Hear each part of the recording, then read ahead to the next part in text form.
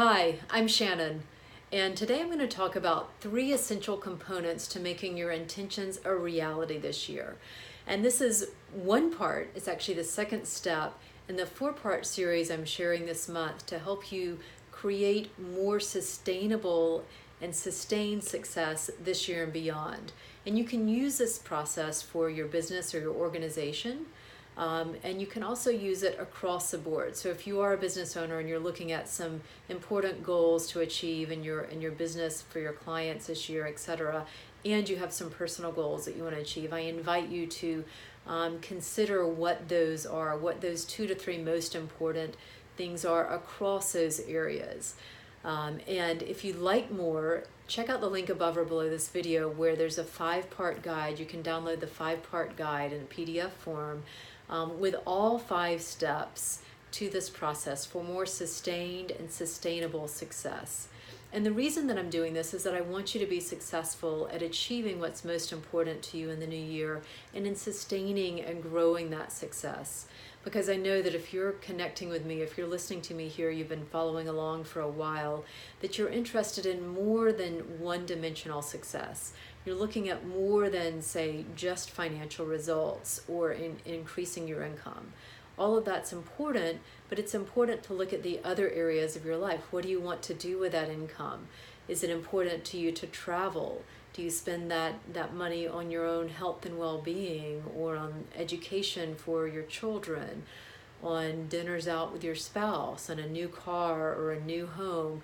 What is it that success really means to you outside of those obvious items? Yes, we live in a society where we need to make money in order to buy the things that we need, right? And our businesses, even if you're running a nonprofit, are measured on the income that we're bringing in some shape, form, or fashion. So those results are important to you.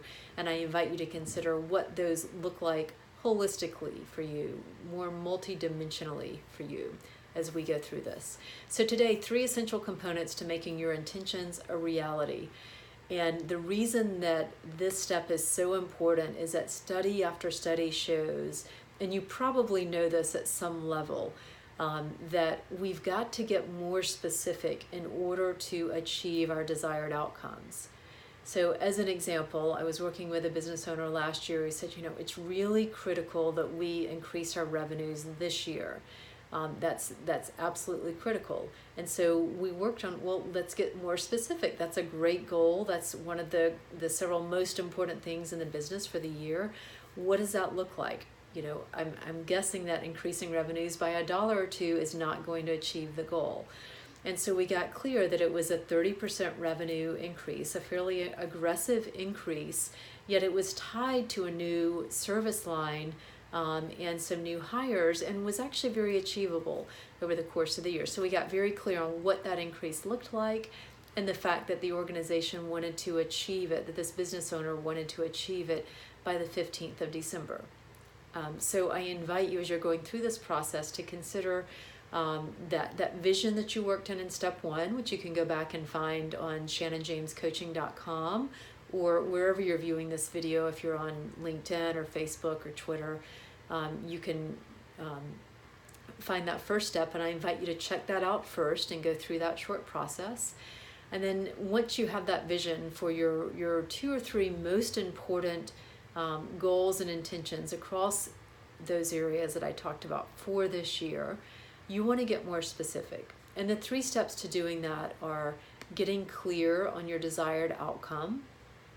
So just as I shared, that 30% increase in revenues, and we got into more detail there. So I invite you to get into the specific details, as specific as you can get today. If your goal is 12 months down the road, if your goal is 24 months down the road, if you're working on a big new project, you won't have all of the details right now. In fact, the nature of that type of work is that you're going to have more information come in, you're going to learn as you go, and you're going to want to adjust course.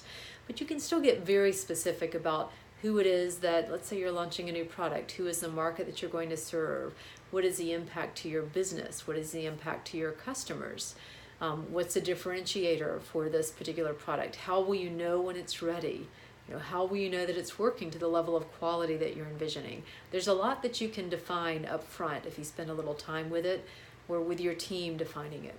So that's step number 1, getting clear on your desired outcome. Step number 2 is in from a positive mindset, consider how you'll feel when you achieve it. So there are really 2 pieces to this. Positive mindset is important. If you're not feeling so positive, or you're looking at something that's a big unknown and that's bringing up some fear or doubt or stress or overwhelm, then I invite you to pause, and before you go through this process, do something to shift your frame of mind. For me, something like yoga, taking a walk or a jog, getting out in nature, all of those things are an immediate shift. I can go watch a beautiful sunset and then come back and have clarity or a much more positive frame of mind. So whatever you need to do, maybe it's having a conversation with an inspiring friend, or reading something inspiring, getting some form of exercise that energizes you, whatever you need to do, dance to your favorite song, to shift into a more positive frame of mind. And then the second piece of that is, how are you going to feel when you achieve it? And a quick example is working with a client a few years ago who wanted to buy a new home for himself and his family. And we went through a process to get clear not only on the visuals of what he wanted to find, but also how he wanted to feel. He wanted to feel comfortable. He wanted to feel that he was surrounded by elegance, and yet it was also comfortable for himself and his family. And he wanted a deep sense of coming home, that he felt safe, he could do the things that he wanted to do, he could entertain his family, his children could study. All of those components came into how he would feel, and he was able to use that then as an anchor as he eventually found this home and created that very feeling and that very visual that we had worked on during that process. So that's number 2, get into a positive mindset and consider how you're going to feel when you achieve this desired outcome. The third is commit to a time frame that you'll achieve it. And the time frame can be very specific. For instance, I'm going to run a marathon on July 4th. And then you have a very clear plan that you can back up from in terms of your training, right? Or it might be that you want to achieve some results by the summer or by the fall or by Q4. So that level of specificity and that exact time frame varies based on what it is that your goals are.